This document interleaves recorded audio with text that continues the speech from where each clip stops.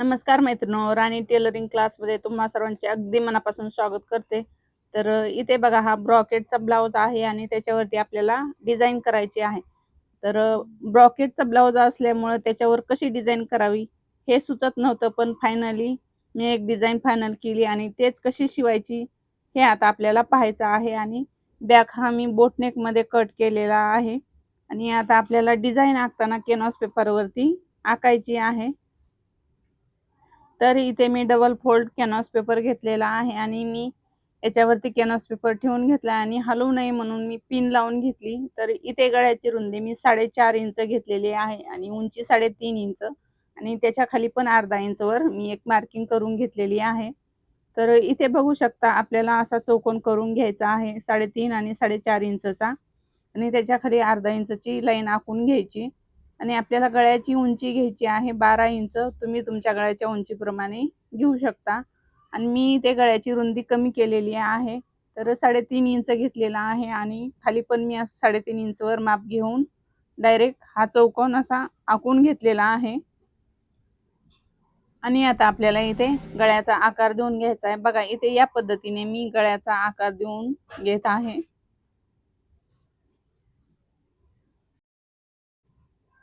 तर इथे बघू शकता, असं या पद्धतीने गळ्याचा आकार देऊन घ्यायचा आहे. आणि इथे बघा, एक 1.5 इंच मी आतल्या बाजूने घेऊन असा या पद्धतीने आकार देऊन घेतलेला आहे. तर आपला गळ्याचा आकार देऊन झालेला आहे. शेवटी आपल्याला फायनल गळ्याचा आकार एकदा देऊन घ्यायचा आहे आणि तीच जी डिझाईन आहे ती आपल्याला दुसऱ्या बाजूला पण आखून घ्यायची. बघा, असं या पद्धतीने फोल्ड केल्यावर दुसऱ्या बाजूला ही डिझाईन दिसते. तर त्याच्यावरनच आपल्याला ते आखून घ्यायचंय. बघू शकता, आपल्याला पेनने आखल्यामुळे ही डिझाईन दिसते आणि त्याच्यावरती आपल्याला आहे तशी डिझाईन आखून घ्यायची, म्हणजे दुसऱ्याही बाजूला डिझाईन उमटली जाते. तर इथे बघा, आपल्याला आता हा कॅनव्हास पेपर असा सुलट करून घ्यायचा आहे, म्हणजे परत पलटून घ्यायचा आहे. आणि इथेही आपल्याला लाईट अशी डिझाईन दिसते, ती परत आपल्याला डार्क करून घ्यायचे. म्हणजे एक डिझाईन आपल्याला 3 वेळा आखून घ्यायची, म्हणजे दोन्ही बाजूचे आकार सेम येतात. आणि बाहेरच्या बाजूला 1 इंच कॅनव्हास पेपर सोडून उरलेला कॅनव्हास पेपर कट करून घ्यायचा आहे. तर इथे आपली फायनल डिझाईन तयार झाली आहे आणि मी मध्यभागी असं कॅनव्हास पेपर थोडासा कट करून घेतला आहे आणि अस्तरचा कपडा पण आपल्याला थोडासा गळ्याच्या मध्यभागी कट करून घ्यायचा आहे. आणि आपण जे कट केलेलं आहे ते दोन्ही एकावर एक ठेवून घ्यायचं आहे, असं मध्यभागी घ्यायचं आहे. तर बघू शकता, आणि याला आपल्याला प्रेस करून घ्यायचं आहे. प्रेस केल्यामुळे कॅनव्हास पेपर चिटकून बसतो आणि आपल्याला डिझाईन करायला खूप सोपं जातं. तर इथे आपल्याला लावायचे आहे नॉट. तर नॉट मी असं अस्तर आणि कपडा याच्या मध्यभागी ठेवून ठेवून घेतली आणि त्याच्यावरती अशी या पद्धतीने शिलाई मारून घ्यायची, किंवा मग तुम्ही इथे पिनाही लावून घेऊ शकता. शिलाई जर मारली तर कॅनव्हास पेपर हलत नाही आणि आपल्याला शिलाई मारायला पण सोपं जातं. तर बघा, जशी आपण मार्किंग केलेली आहे त्याच्यावरनंच आता आपल्याला शिलाई मारून घ्यायची. पहा, या पद्धतीने आपल्याला शिलाई मारायची आहे.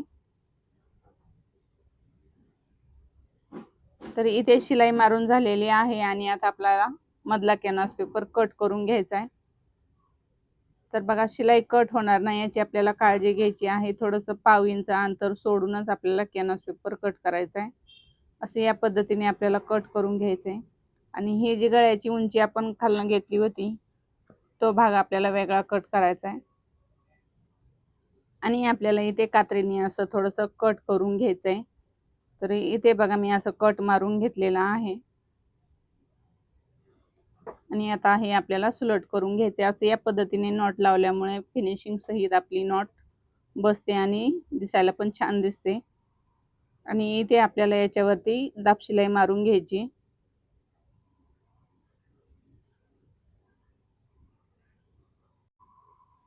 दाबशिलाई मारून झाल्याच्या नंतर आपल्याला पूर्ण अस्तर जोडून घ्यायचंय. पहा, या पद्धतीने आपल्याला पूर्ण शिलाई मारून घ्यायची.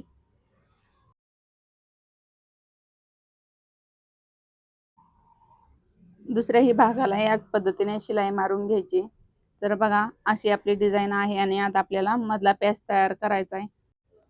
आता सध्या काय होतंय बघा, ब्लाऊज पीसला एकाच बाजूने काट येत असल्यामुळे आपल्याला डिझाईन करायला खूप अवघड जातंय किंवा मग साडीतला कपडा वापरून डिझाईन तयार करावी लागते.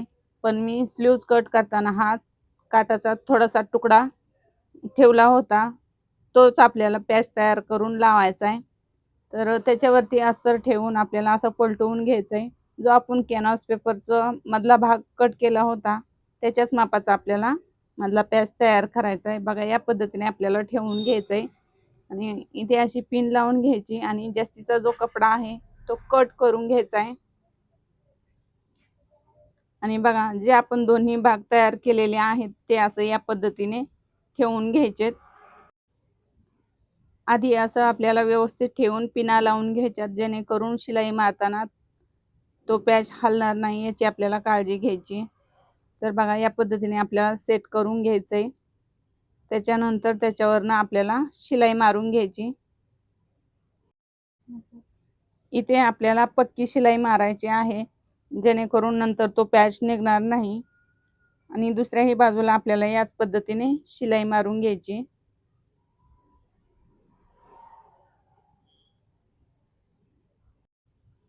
इथे मधला गळ्याचा जो आकार आहे तिथे आपल्याला असे या पद्धतीने पोटली बटन लावून घ्यायचे. तर मी इथे पोटली बटन आधीच बनवून घेतलेले आहेत.